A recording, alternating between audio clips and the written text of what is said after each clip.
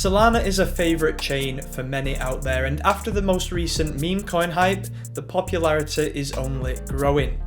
Now in today's video, we're going to talk about why Solana will continue to grow stronger and stronger, and I'll also share some new and exciting projects within the Solana ecosystem set to launch very soon. If you do enjoy the video, please do drop a like, subscribe to the channel, but let's get started by discussing this recent Memecoin hype. So recently we have seen a ridiculous amount of meme coins launch within the Solana ecosystem.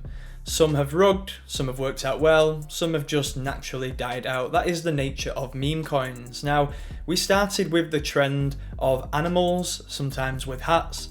We moved on to political figures pretty quickly, and then more recently people are doing pre-sales, public pre-sales for newly launching meme coins. Now at this point a lot of people are split in terms of a meme coin's good or bad. They're an opportunity to make money, they're also an opportunity to lose a lot of money, and regardless of your opinion on meme coins, it is clearly bringing a lot of people, a lot of wallets, a lot of money, and a lot of communities to the Solana ecosystem.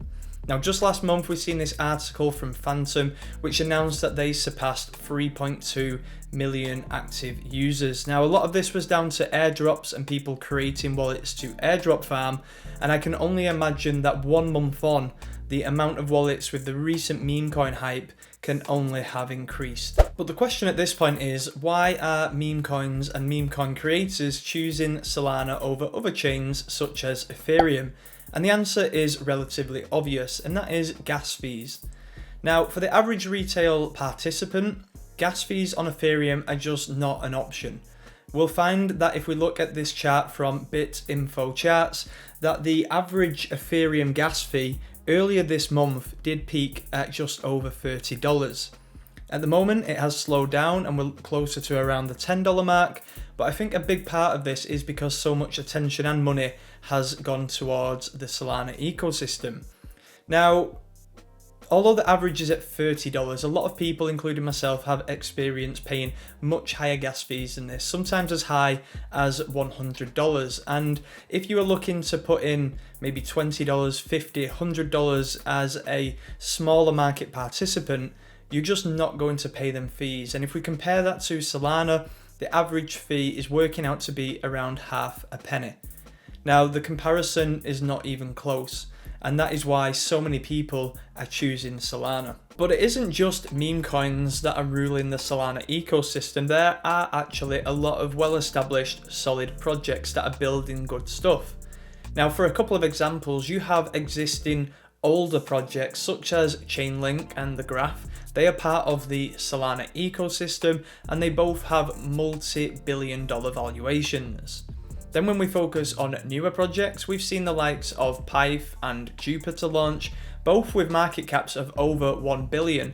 So they're already blue chip projects within the Solana ecosystem themselves, and they are also offering solid services that are needed for the ecosystem to thrive. And another massive bonus and incentive for people to get involved within the Solana ecosystem is airdrops, because quite frankly, Solana airdrops have actually been some of the best. We've seen a lot of disappointing ones, but the likes of Jupiter with a $700 million airdrop and Jito at around 225 million have been some of the most rewarding airdrops for genuine users. On the back of that, we have some more on the way. We have the likes of Parcel, which is looking very promising for those who are stacking up points.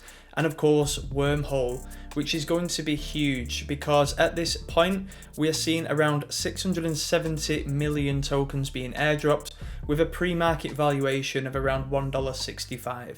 Now this could actually be Solana's first $1 billion airdrop. One of the key statistics that everybody looks at when comparing networks and blockchains is TVL, which is total value locked. Now if we take a look at this comparison here, we can see that Ethereum is a clear leader with a TVL of over $100 billion, and that is to be expected with Ethereum being the OG. Next on the list is Tron at 9.4, followed very closely by Solana at 9.37 billion. Now, the interesting thing here is that Solana's TVL is very impressive in itself, but if we compare it back to 2021, when Solana was a new shiny coin, we can see that the TVL was actually much closer to 12 billion. So based on that, not just Solana's token price, but looking at TVL, I do believe that Solana's TVL will surpass that of 2021 and go way above 12 billion. But speaking on the price of Solana, I did actually do a separate video that was more towards price predictions for Solana. Now this video was made back in October, almost 6 months ago. So although the price at $20 was much more appealing then, the price predictions remain the same. So I'll leave a link in the description so you can check that out. But the success of Solana's ecosystem isn't just down to the Solana team, in my opinion. I've been looking at the actual process to bring in funds over to Solana, and this has changed a lot recently due to other projects and products. Now back in the day, if I wanted to get funds over to Solana, I probably had them in a MetaMask wallet on Ethereum. I would have had to have sent them to a centralized exchange, one that supported the Solana chain, and then I could withdraw to a Solana native wallet. Now, although it sounds simple to a lot of people, it is actually quite a long-winded process, and a lot of people, quite frankly, can't be bothered. But now with new products such as RocketX and Jumper, for example, these multi-chain bridges allow us to send funds across different chains, across different wallets, in just a couple of clicks. So I think that general user-friendly advancement is actually a big part of why people are taking the leap and actually sending their funds to Solana. But in this video, it's important to talk about both sides of the story. And one problem that Solana has historically faced is outages, where people just simply could not complete transactions because servers were down. Now, I think this reputation of Solana having outages frequently is a little bit over-exaggerated, especially recently. Now what we've seen is an outage just last month, which of course was not great, but the last outage before then was actually Feb of last year. So a full year with no outages. But where this reputation really stems from, in my opinion, is the fact that Solana's seen 2 outages in back-to-back days back in September and October of 2022. Now, of course, it's not a good look, and it also raises the question marks of, is Solana really ready to be a serious Ethereum competitor?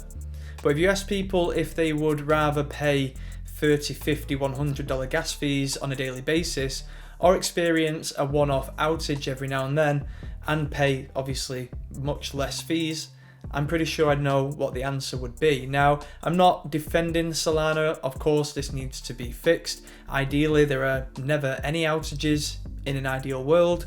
But I think at this point, Solana is still relatively new compared to Ethereum, and it's something that they should prioritize and focus on. And lastly, we're going to cover a few new and exciting projects that will be launching within the Solana ecosystem. Now, I can't cover these in detail today because it'd just be too long. So I'm going to give you a very quick recap, and then you can go away and do your own research. But if you do want me to do a longer video on these projects or any projects, do let me know in the comments and I'll be sure to take on that feedback. So first on the list is Zeus Network. Now this is a project that actually brings Bitcoin to Solana, and I think with the BRC20 hype that we're seeing recently, this is going to be a very interesting project to watch. Next on the list is Golf N. Now of course you may think this is a bit niche, but I think this has huge potential, not just to be big in the Web2 world for real golfers, but also in Web3 with the NFTs and card games. And then last on the list is One Intro. Now this project is all about being the first liquidity bootstrapping pool LBP platform on Solana. And I do think that this is something that the Solana ecosystem and every ecosystem really does need. So that is all for today's video. Just thought I would share my thoughts on why I think Solana can continue to grow and the ecosystem can continue to flourish. Now, one thing I want to make clear is that I am not bashing Ethereum. I am an ETH holder. I am an Ethereum fan. I just think there is potential here, if Solana play their cards right, to take a little bit more market share. If you did enjoy the video, please do drop a like, please do subscribe, comment and let me know your thoughts on Solana's future. But until the next one, trade safe, invest safe, and I'll see you then.